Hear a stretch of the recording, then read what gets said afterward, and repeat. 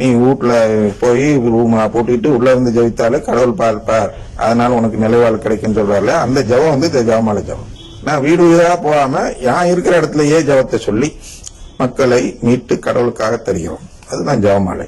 அதை குடும்பமாக சொல்ல வேண்டும். அப்பதான் அந்த குடும்ப நம்பிக்கையோடு இருக்கிறோம் என்று பொருள். தனியாக சொல்வதிலும் பலன் இருக்கு. குடும்பமாக சொன்ன பிறகு அல்லது குடும்பத்துல இருக்கவங்க மற்ற நம்பிக்கையை சேர்ந்தா நீங்க தனியா சொல்லலாம். எல்லாரும் கத்தோலிக்கர் என்று சொல்லும் பொழுது அந்த கத்தோலிக்கர் எல்லாம் ஒன்று கூடி சொன்னால் இந்த கடமை நிறைவேற்றுவார். கொண்டு கூடலன்னு என்ன அர்த்தம்? திருப்பி அந்த முழுமையான அன்பு இல்லை.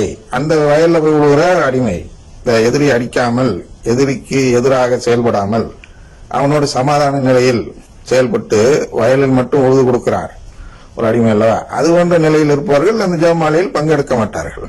அவர்கள் எதிரியை அடிக்க வேண்டும் என்றால் அவர்கள் குடும்பத்தினரை கட்டாயப்படுத்தி கூப்பிட வேண்டும். வா ஜெபமாலைக்கு வா அப்படின்னு சொல்லி சாயந்தரம் 6 மணி ஆச்சுன்னா கூப்பிடணும். டிவி ஆன் பண்ணக்கூடாது. டிவி ஆன் பண்ணிட்டாக்கா எதிரியின் வயலில் உழவு போறவன். டிவி ஆஃப் பண்ணீங்கன்னா கடவுளிடம் உண்மையான அன்பு உள்ளவர்கள். ஆனால் இது மூன்றுமே அன்றாட செயல், நம் மீட்புக்கு தகுதியுடையவர்கள் என்று காட்டக்கூடிய அந்த செயல். இதை ஒருத்தர் செஞ்சுட்டு இருந்தாலே என்ன ஆகுது? அதான் பிரைஸ் லாட் சொல்லாமல் இப்ப நிறைய பேர் செய்யறாங்க. ஆனா பிரைஸ் லாட்னு சொல்லிட்டு செய்யும் பொழுது அவர்களுக்கு எந்த நம்பிக்கை இல்லை, குடும்ப நம்பிக்கை இல்லாததால் இது மூன்றையும் தொடர்ந்து செய்தாலும் புண்ணியம் இல்லை. பிரைஸ் லாட் சொல்லாமல் மரிய வாழ்க மட்டும் சொல்லக்கூடியவர்கள் இது மூன்றையும் செய்து வந்தாலே போதும், மீட்பு கிடைத்துவிடும். அதாங்க சொல்றோம் அன்றாட உணவு. இப்ப டெய்லி திருப்பலி யார் போவா? யாருக்கெல்லாம் முடியுதோ அவங்க எல்லாம் கட்டாயம் போவார்கள். ஏன்னா அது முக்கியத்துவம் கொடுக்கவில்லை என்றால் நீங்க முழுமையாக அன்பு செலுத்தவில்லை. அந்த கட்டளைப்படி நீங்கள் தகுதியற்றவர் ஆகிவிடுவீர்கள். அதுதான் நீங்க சொல்கிறோம். டெய்லி திருப்பலிக்கு போகணும் அப்படிங்கிற வார்த்தைக்கு பயன்படுத்தினது காரணம் என்னவென்றால் இவர்கள் தண்டனை தீர்ப்பாக பார்க்கிறார்கள். கேள்வி கேட்ட நபர் தண்டனை தீர்ப்பாக பார்க்கக்கூடாது. தீர்ப்பு நாளை நமக்கு வெகுமதி கொடுக்கும், அதாவது பாராட்டு பரிசு கொடுப்பது. கிருபைன்னா பாராட்டு பரிசு யாருக்கு கிடைக்கும்? ஓடி வெற்றி பெற்றவனுக்கு கிடைக்கும். அதுபோன்று நான் சாத்தானை பகைத்துக் கொண்டே தினமும் வாழ்ந்தால்தான் எனக்கு பாராட்டு கிடைக்கும்.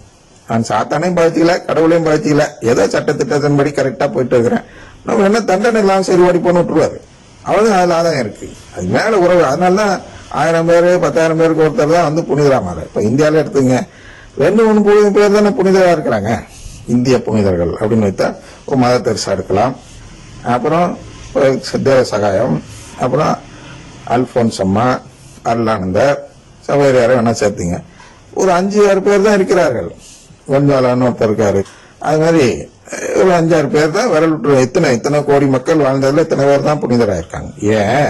ஏன்னா இவர்களிடம்தான் அந்த முழுமையான அன்பு இருந்தது. புனிதரான எல்லாரும் டெய்லி திருப்பலிக்கு, அதாவது ஞாயிற்றுக்கிழமை திருப்பலி போனவங்கன்னா புனிதரானா எத்தனை கோடி இருக்கணும் இன்னைக்கு?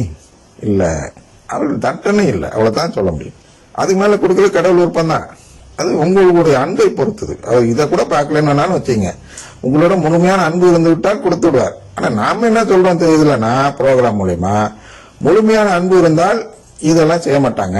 முதல்ல பிரைஸ் லாட் சொல்ல மாட்டாங்க. அதுலயே அடிபட்டு போறாங்க கோடிக்கணக்கான நபர்கள். அப்புறம் மரிய வாழ்க்கை மட்டும் சொல்லக்கூடியவரா இருந்தாலும் அடுத்து எங்க போவாங்க? டெய்லி திருப்பலி, டெய்லி ஜெபமாலை பிரச்சனைக்கு போவாங்க. இதெல்லாம் அன்பின் நிலைப்பாடு, முழுமையின் நிலைப்பாடு. முழுமை ஆயிட்டமா இல்லையான்னு காட்டு. அப்ப பக்கத்து வீட்டிலே இருக்கு கோயில்னா, பூசை நடக்குதுன்னா, யார் ஒருவர் தினமும் அந்த திருப்பலி காண்கிறாரோ அவர் தான் முழுமையான அன்பு வைத்திருப்பார். பக்கத்துல இருக்கு ஆனா போக மாட்டேன் படுத்துவோம்னா அப்ப என்கிட்ட குறைபாடு இருக்கு. அது ஒரு சொட்டு குறைபாடா இருந்தாலும் சரி, ஒரு லிட்டர் கணக்குல இருந்தாலும் சரி, விஷம்தான். அது கொண்டு குறைபாடு இருந்தால் எடுக்க மாட்டார். தன் உயிரையும் கொடுத்து எதிரியை ஒழிக்க பார்க்க வேண்டும். அப்ப எதிரியை ஒழிக்க பார்க்கணும்னா டெய்லி அப்பம் பிடுதல், வார்த்தை பிடுதல், அப்புறம் இறந்த ஒரு ஆன்மாக்களை மீட்பது ஆகிய 3 செயல்கள் நமக்கு கட்டாய கடமையாக திருச்சபைன்னு சொல்வதை விட இயேசு கொடுக்கின்றார். இது 3ம் இல்லை என்றால் என்னிடம் அன்பு இல்லை, கடவுளிடத்தில் அன்பு இல்லை. இதுதான் சொல்லியிருக்கிறோம். அது அடிப்படையில் தான் நீங்கள் அதை பார்த்து புரிந்து கொள்ள வேண்டும்.